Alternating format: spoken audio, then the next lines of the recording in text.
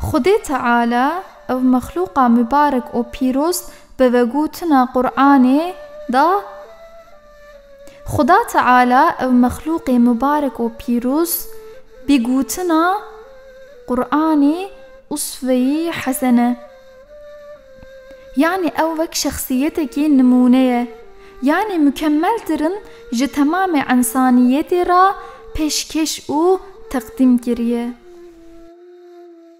د آیت پیروز دا وهاتا گوتن سند به گوجبو و دی رسول الله دجیبو ویگو خدا اروجا داوی هوید که خدا دی برا خو پرتنه نمونه که سبهی او کامل هیه. اوه آیت بو دینها معناوی بیجن حضرت پیغمبر دیرود و صلاوین خدا لیبن ده هر مرحله حیات خودا جهر رخیوه سپهیتیه که مستثنا تکوزی و مکملیته که جدا جیمه نیشان دایه سپهیتین رفتار و بیزاوی همودا جیانا پیغمبر خدا دا خویاد بن ویجا هیچ فرق ناکه جه او بی آوائه که یکسر که بن ویجا هیچ فرق ناکه جه او بی آوائه که یکسر که بن چی او بی آوائه که کتکی تیه بن هر تدا دخوین جلو ما هر انسان دکار جبو خود حیات شرفمنده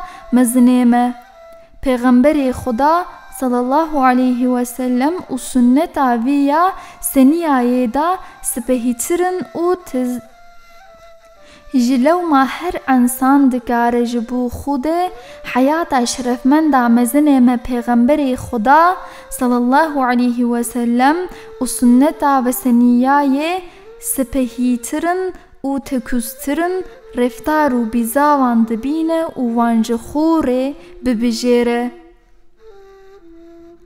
بشیوار پیغمبر خدا صلی الله علیه و سلم دربری دینه دا نمونه او اکسروک دولت دربری و اداره دا نمونه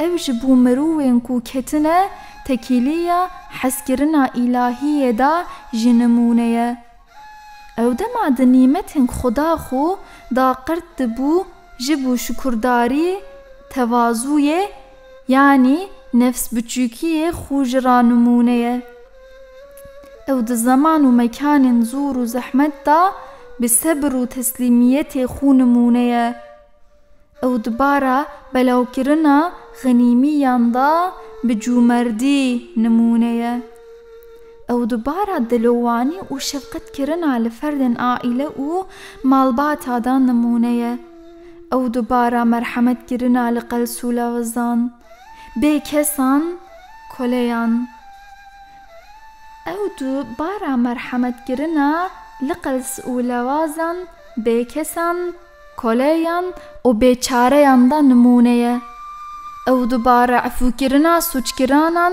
و مسامحه کارا لگناه کاران جنمونه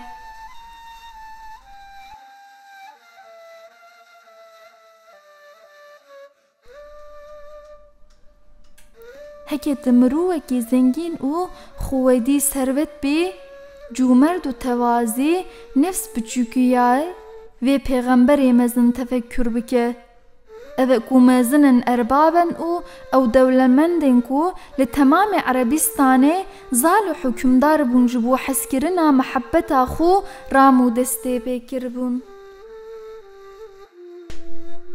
هکت مروه که قلس جو پیروان به هنگی تو حیاتا و پیغمبر مزن او کو لمکه دبن اداره مشریکان ظالم و غاظب و دجیوا جخوره بکنمونه هکتو فتح کراکی سرکفتی و مزفر بی هنگی جه حیاتا و پیغمبر مزن اوی کوتی بدیر حنین دا جسارت و تسلیمیتا خو زورا دجمنان teşkînandin. Ji xwe re îbret bigire ey Müslüman. Xuda neke heqê tu meğlûb bibe û tek biçî. Hingî tu vê pêxemberê ehlî tevekkûlê bîne bîra xwe. Ev ku ew dem ew bi sebir û semaxa xwe ew qehremanî mêrxaziya xwe da navbera sehabîyan şehîd û birîndar û digeriya. Heke tu muallîm mamosta bi hingî tê pêxemberê Xuda bifikire. Ev ku li mizgefta feyzan zirav tanik û hezd yên dilê xwe ji eshabê sûfe digihand û fermanên îlahî li van hin dikirin.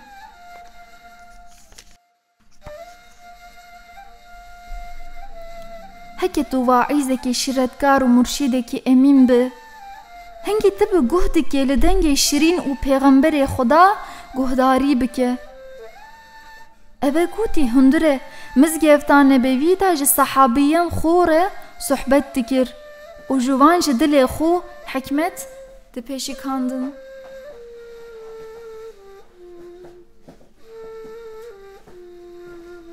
Heke tu bixwazî berevaniya ji heqiyê bike û teblîğ bike, heke tu bixwaze heqiya bigire vê rêka serpiyan.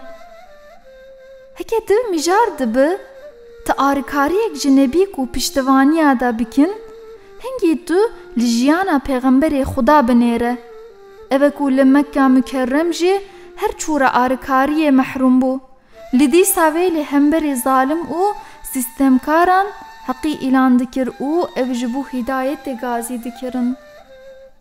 Heke tu dijmin tekbîbî û pişta wê bişikîne, heke tu batıl perîşan bike û heqî îlan bike, pêxemberê Xuda sallallahu aleyhi ve sellem halê şükrê da li pêşpera çavên xwe zindî bike.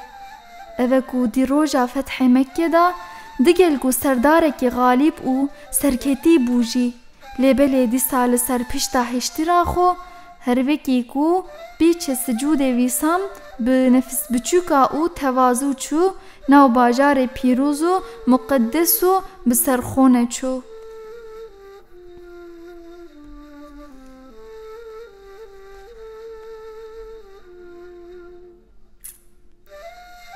Ev ku di roja fethê Mekke da digel ku serdarekî galîb û serketî bû jî lêlebê dîsa li ser pişta heştîra xwe herwekî ku bîçe sicûdê vîsan bi nefs biçûkê û tevazî çû nav bajarê pîrûz û muqeddes û bi ser xwe vê neçû.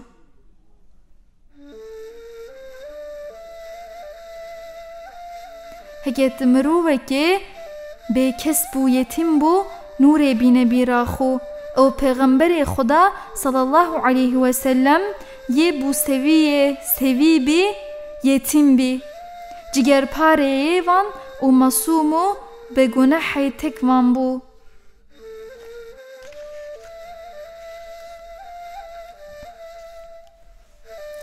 Heke tu bazirgan û tîcarekî bû bê kervenan tîcaret û bazirganiyê ra derket dibî serê ra. Hingê tu revşavê zatê mezintirin mülaheze bike. Ev ku di serê wan kesan da dihat ku bi kervan û gafeliyan ra diçûne Şamê Yemenê. Heke tu mirovekî gazî û dadgar bi. Hingê tu bisava adîl û ferasetê pêxemberê Xuda sallallahu aleyhi ve sellem bifikire. Ev ku dema mezinên Mekke da xusûsa danîna Heceril Esved li cîhê wê da dikirin lih û bixin da wê nihişti bû navbera wan şer û derkevî li nav wan heştî zal û hakîm kiribû.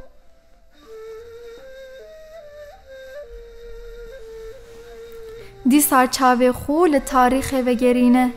Li pêxemberê Xuda sallallahu aleyhi ve sellem binêre. Ev ku li Medînê da mizgevta nebevî da rûnişti bû. Vîla hezûra wê ferq û mêl nedixist navbera feqîra desteng û zengînê Xwedê mal. Vê ew her du yeksan û wek hew digirtin û wê da navbera mirovan da. bi aveyekê adîlanê huküm dikir. Heke tu mîr û Xuda eyal bî.